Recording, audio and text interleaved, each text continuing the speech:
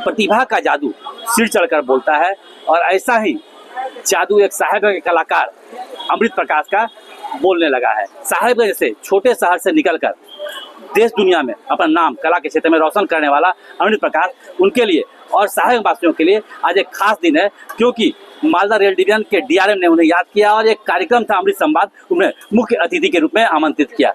अमृत प्रकाश के बारे में बताना चाहूँगा कि अमृत प्रकाश वही है जिनकी कलाकृति प्रधानमंत्री आवास, चाहे वो डिफेंस मिनिस्ट्री देश का हो उनका कार्यालय, या जो बिहार भवन है दिल्ली में उनका कार्यालय, वहाँ इनकी कलाकृति सुशोभित हो रही। इतना ही नहीं, अमृत प्रकाश का जो कलाकृति है वो इंडिया के अलावा कई देशों में भी कलाकृति को सुशोभित कर रहा है। हमारे साथ मौजूद है, हम उनसे बात करते हैं कि आखिर जो रेलवे ने उन्हें याद किया और इस क्षण में उन्हें कैसा महसूस हो रहा है, इनसे बात करते हैं।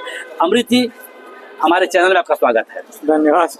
सबसे पहले तो ये बताइए कि जो रेलवे है, रेलवे हालांकि स्थानीय कला को बहुत प्रमोट नहीं करती है, फिर भी मालदा रेल डिवीजन के डीआरएम आज आए थे और कार्यक्रम था और आपको मुख्य अतिथि के रूप में आमंत्रित किया था, तो क्या कुछ वार्ता हुई और क्या कुछ आपसे कहा गया? काफ़ी बातचीत हुई, क्योंकि भारत में अमृत काल चल रहा है और अमृत भारत स्टेशन के तहत अमृत संवाद रखा गया, तो इसलिए मेरा नाम भी अमृत प्रकाश है और अमृत का मतलब भी होता है सत्यम शिवम सुंदरम, जो कभी नहीं मरने वाला। और अमृत काल चल रहा है भारत में, इसलिए मुझे शायद आमंत्रित किया गया एक शिल्पकार, एक कलाकार के रूप में। यहाँ की लोकल कला, लोकल जो टेराकोटा है, जो चित्रकला है, यहाँ की जो लोकल स्थापत्य कला है, जैसे ये रेलवे स्टेशन है, ये भी स्थापत्य कला का एक नमूना है। तो चूँकि लोकल फॉर वोकल की जो हम लोग बात करते हैं, तो उसी के तहत इस स्टेशन को कैसे सजाया जाए, मालदा डिवीज़न को कला और संस्कृति के साथ कैसे जोड़ा जाए, ये रेलवे स्टेशन में यहाँ की लोकल कलाकारों की कलाकृति कैसे लगाई जाए, इस पे काफ़ी बातचीत हुई, काफ़ी चर्चा। पहली बार रेलवे ने आपको याद किया, क्योंकि आप बहुत जगह अपना कला का परचम लहराते रहे हैं, लेकिन रेलवे के दृष्टिकोण से ये पहला बार था जब आपको याद किया गया, तो कैसा महसूस हो रहा है आपको? काफ़ी अच्छा लग रहा है, क्योंकि देखिए एक कलाकार जीवन भर काम करता है, किसी एक कोने में बैठ के साधना करता है, तपस्या करता है, और कभी जब कला उसकी महकती है दुनिया में, तो लोग उसको याद करते हैं, उसको बुलाते हैं, उसकी चीज़ों को संवारते हैं। इसलिए हर कलाकार को साधना करना चाहिए, कला में विलीन हो जाना चाहिए, और सही समय पे आने पे वो कला अपने आप निखरने लगती है। कहा जाता है कि जो प्रतिभाएं होती है वो जगह का मोहताज नहीं होता है। आप बहुत छोटे से साहेबगंज से निकले हैं और अपना परचम अपने देश में ही नहीं बल्कि विदेशों में भी लहरा रहे हैं, तो ऐसी कोई जगह, चाहे वो इंडिया में हो, इंडिया के बाहर हो, जहां आपकी कलाकृति लहरा रही हो, कौन सा जगह है वो? एथेंस की राजधानी, ग्रीक की राजधानी एथेंस है, वहाँ पे मेरी कुछ अच्छी कलाकृति लगी है, और मॉरिशस में कुछ काम है। अभी लंदन मेरा एक काम जाने वाली है, जिस पेंटिंग का नाम है साहेबगंज का चौकिया जी। और भारत में कोई ऐसा जगह जहाँ आपकी कलाकृति सुशोभित हो रही हो? भारत में जैसे डिफेंस मिनिस्ट्री है, देवघर एयरपोर्ट है, बिहार के सीएम जो नीतीश कुमार जी, उनके आवास पे मेरी बड़ी कलाकृति लगी है, जो लगभग 15 साल पहले हमने बनाया था, वो भी टेराकोटा का है, साहेबगंज की गंगा की मिट्टी से बनी हुई है। पटना के सर्किट हाउस में लगभग दुनिया की सबसे बड़ी टेराकोटा का भीतरी चित्र लगी है। अभी पटना के बीपीएससी बिल्डिंग में कुछ कलाकृति हमारी लगाई गई है। तो देश भर में बहुत सारी कलाकृति है, पर जो साहेबगंज की गंगा की मिट्टी की जो खुशबू है, इस खुशबू को हम इस दुनिया में प्रकाशित करना चाहते हैं। और साहेबगंज ये रेलवे स्टेशन में भी आने वाले दिनों में यहाँ की कुछ जो मिट्टी है, टेराकोटा है, वो देखने को मिलेगी। रेलवे ने जो आपकी बड़ी जिम्मेदारी दी है, उस जिम्मेदारी को पूरा करने के लिए आप क्या सोच रखते हैं? चूँकि अभी काफ़ी लंबी बातचीत हो रही है, अभी और बहुत सारी मीटिंग होनी है, उसके बाद इस शहर को, इस साहेबगंज स्टेशन को हम और खूबसूरत कैसे बना सकते हैं। क्योंकि हमारी जो पहचान है, साहेबगंज की पहचान क्या है, यहाँ लोग, चूँकि ये फर्स्ट इंट्रोडक्शन होता है, जब हमारे यहाँ कोई आता है साहेबगंज स्टेशन उतरता है, तो पहला परिचय हमारा स्टेशन होता है।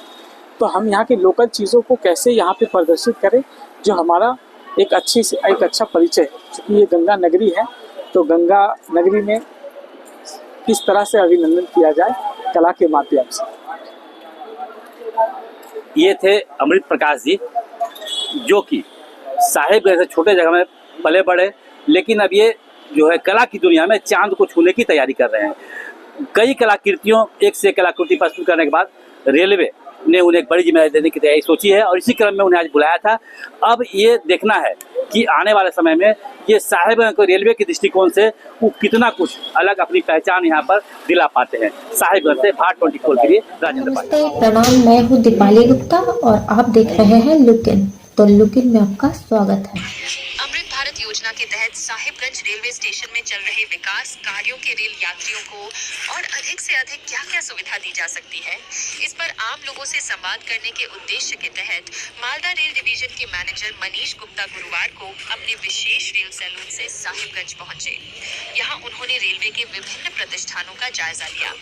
बाद में उन्होंने कहा कि रेलवे का सिद्धांत है कि रेल के विकास में स्थानीय कला और इतिहास को प्रदर्शित करना है और इसी कड़ी में साहिबगंज रेलवे स्टेशन के विकास में इन विषयों को गंभीरता के साथ ध्यान में रखा जा रहा है। इसी के तहत साहिबगंज के सुप्रसिद्ध स्थानीय टेराकोटा कलाकार अमृत प्रकाश को भी बुलाया गया था ताकि यहाँ के रेलवे स्टेशन के विकास में उनकी विशेष कलाकृतियों का सहयोग लिया जा सके। कहा कि साहिबगंज स्टेशन में तिलयागरी किला और टेराकोटा चित्रकारी को दर्शाया जाएगा ताकि स्थानीय कला को बढ़ावा मिल सके। मालदा रेल डिवीजन के मैनेजर मनीष कुमार गुप्ता ने कहा कि रेलवे विकास के साथ साथ रेलवे की सुरक्षा पर भी पूरी नजर रखी जा रही है। जो पिछले दिनों साहिबगंज में घटना हुई है, इसने रेलवे के पूरे तंत्र को अलर्ट कर दिया है। उन्होंने साहिबगंज रेलवे स्टेशन परिसर में घूम कर रेल यात्रियों से बातें की और प्लेटफॉर्म पर यात्री सुविधाओं संबंध में जानकारी ली। फ्लाईओवर्स वगैरह जो भी हैं अलग अलग स्टेजेस पे सैंक्शनिंग में है। ये डिवीज़न एग्जीक्यूट नहीं करता है, हमारा जो एक सिस्टर ऑर्गेनाइजेशन है जोन में वो करता है, कंस्ट्रक्शन ऑर्गेनाइजेशन। और जितने भी ऐसी लोकेशंस हैं जहाँ पे आरओबीज़ की ज़रूरत है, फ्लाईओवर्स की ज़रूरत है या अंडरपास की ज़रूरत है, वो हम लोग ज़रूरत के हिसाब से और जो हम लोगों को एनओसीज़ मिलती हैं उसके हिसाब से हम लोग उस पर कार्य करते हैं। और इसमें थोड़ा समय लगता है क्योंकि आरओबीज़ जो हैं थोड़ा सा बड़ा स्ट्रक्चर होता है, इट टेक्स टाइम, परंतु कार्य जो है प्रायोरिटी को रख के हम लोग जरूर